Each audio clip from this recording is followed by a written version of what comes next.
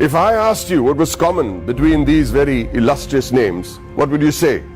Mr. Kumar Mangalam Birla, Mr. Motilal Oswal, Mr. Suresh Prabhu, Mr. Shekhar Kapoor, Mr. Piyush Goyal, Rakesh Jhunjhunwala. What do you think is common between these people from very diverse walks of life and professions? Two letters, two simple letters, C and A. Two letters so powerful that if you join them and put them before a name, it not only becomes a professional qualification, but it represents willpower, dedication, intelligence, and the ability to march on come what may. To the rest of the world, these two letters mean chartered accountant. But to me, it means something completely different. Committed achievers. Let me tell you a story about a committed achiever. A young girl was wrongly prescribed penicillin for a common cold. What happened was that she became visually impaired. A 9-year-old became blind. She decided to become a chartered accountant. Her name was Rajni Gopal. So what if she was visually impaired? The world may think of it as a handicap, but she did not. In another story, the daughter of a man who sold coffee outside Borivali railway station on a bicycle decides to learn English in the 7th standard. And she fails. Tries again, fails again. She goes on to become a chartered accountant. Did she ever think that language would be a barrier? She did not. Did she ever think that her financial status would be a barrier? She did not. All she wanted to do was become a chartered accountant, a committed achiever. The only place where achievement comes before commitment is in the dictionary. It was this commitment to achieve that led to the formation of this organization that would change the economic structure of this country forever. ICAI, the Institute of Chartered Accountants of India. The leaders of this nation were visionaries. They knew the role chartered accountants would play in developing the country, which is why on the 1st of July 1949, a year even before the Constitution of India was formalized, an Act of Parliament gave birth to ICAI. Today, ICAI counts itself amongst the oldest professional institutions in the country. Born as a regulator of accounting profession to aid the economic growth of the nation, it is the second largest professional accounting and finance body in the world in terms of members, with a current roster of about 2.5 lakh members and counting as I speak, with a presence of about 71,000 female chartered accountants and 3.5 lakh girl students. ICAI holistically carries the mission of transforming the nation from women's development to women-led development. During its eventful journey of 70 years, ICAI has become an integral part of the Indian economy, taking it on the path of the fastest growing economy in the world. With its emphasis on financial reform, ICAI radiates with shining milestones that stand as the acknowledged cornerstone of India's economic growth. In the year 1956, chartered accountants were recruited for the first time in the commercial audit branch of CA and G. Many of you may not be aware that many accountants were part of the Indian freedom struggle, like First Lady Auditor C.R. Sivabhogam, who participated in non-cooperation movement on the call of the father of our nation, Mahatma Gandhi ji. She was also imprisoned for a year. Recognizing ICAI's strong regulatory framework, the High Courts acknowledged Council's strict disciplinary mechanisms in 1961. In 1964, the Council of the ICAI submitted its pre-budget memorandum for the first time. The memorandum contained useful suggestions for reorientation of taxation policies and procedures to the Finance Ministry. The process was so helpful that it is being practiced ever since. In the 70s, the ICAI started rendering free advisory services to SMEs and small taxpayers on maintenance of accounts, tax paying, and other financial matters. Not only did it enhance the financial literacy of businessmen and citizens, more importantly, it started the industrial growth in the country. It also collaborated with the government to enlarge the scheme of scholarships.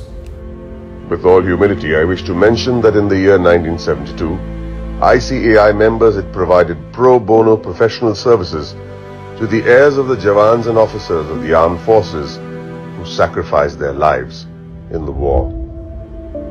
Complete exemption from tuition and registration fee of the institute was also granted to the children of Amar Jawans and officers.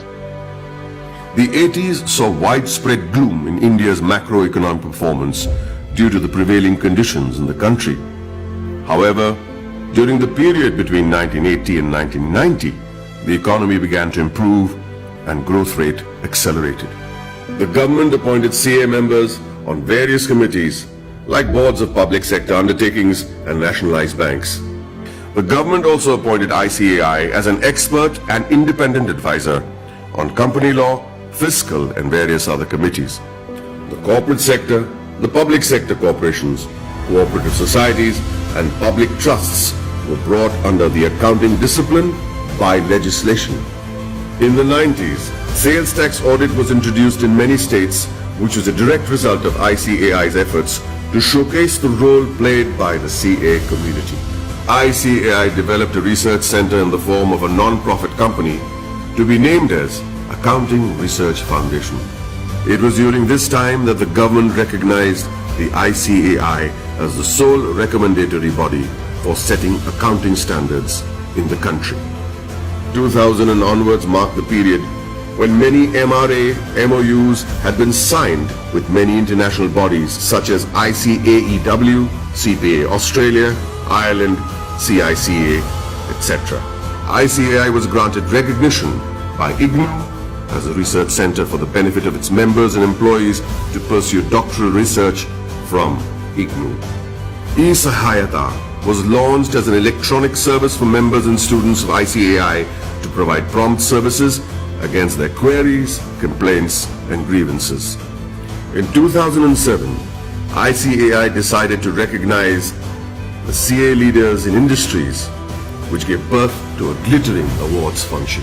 In 2009, ICAI was awarded the Recognition of Excellence Award by the then President of India, Srimati Pratibha Patil. In the year 2014, the Honorable Prime Minister of India, Sri Narendra Modi, nominated ICAI for the Swachh Bharat Abhiyan. Under the banner of Swachh Bharat Abhiyan, Swachh Vidyalaya Abhiyan was launched in the year 2015 to provide separate toilets for boys and girls in all government schools throughout the country. ICAI undertook a pilot study for the Indian Railways. The in-depth cost analysis helped in streamlining the running of the railways. Considering the importance of the legislation, namely black money, and the imposition of Tax Act 2015, CBDT decided to go all out and conduct workshops with ICAI to clarify any doubt the assessees may have had. ICAI was chosen as the preferred institution to partner with the Government of India to create awareness and maximize the potential of the Income Declaration Scheme 2016. ICAI, jointly with the Ministry of Finance and the Ministry of Commerce and Industry, organized events at more than 470 locations across the country. It was attended by more than 42,000 citizens, including chartered accountants, company secretaries, advocates, and members from trade and industry. ICAI's contribution to the scheme was acknowledged by Shri Arun Jaitley, Honorable Minister of Finance and Corporate Affairs. For the benefit of its members, ICAI established the Indian Institute of Insolvency Professionals of ICAI. ICAI extended its technical and infrastructural support towards the accounting reforms of various government offices. This meant moving from cash to accrual system of accounting after assessing the tremendous positive impact on national financial reporting. It was also an important year for the Indian economy, with GST being touted as the game changer, leading to one nation, one tax. ICAI, as always, was there to partner the government towards effective and smooth implementation of GST throughout the nation.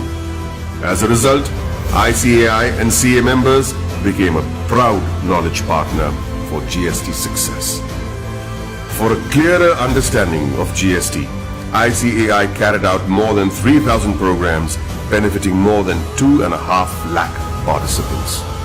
ICAI also established GST Sahayata desks all across the country to facilitate small businessmen, traders, shopkeepers, and the public at large. ICAI has created a milestone by launching various incubation centers. In line with the Prime Minister's vision to support startups, ICAI is providing massive platforms to help CAs start their businesses. Not many people know that there is an accountancy museum in India, or that the ICAI is the first accounting body in the world to start a digital accounting and insurance board, or that there are 3 forensic labs in India to monitor financial bungling and frauds. With this, the ICAI is keeping its eyes and vision firmly on the future. The ICAI has a very strict code of ethics. Its motto is taken from the Upanishads, Yayeshu Sapteshu Jagriti, which translates as the one that is awake and those that sleep. Here's to the guardians who stayed awake and protected us while the rest of us slept. I'd like to salute this institute for the work it has done in the past 7 decades and wish them the very best in the years to come.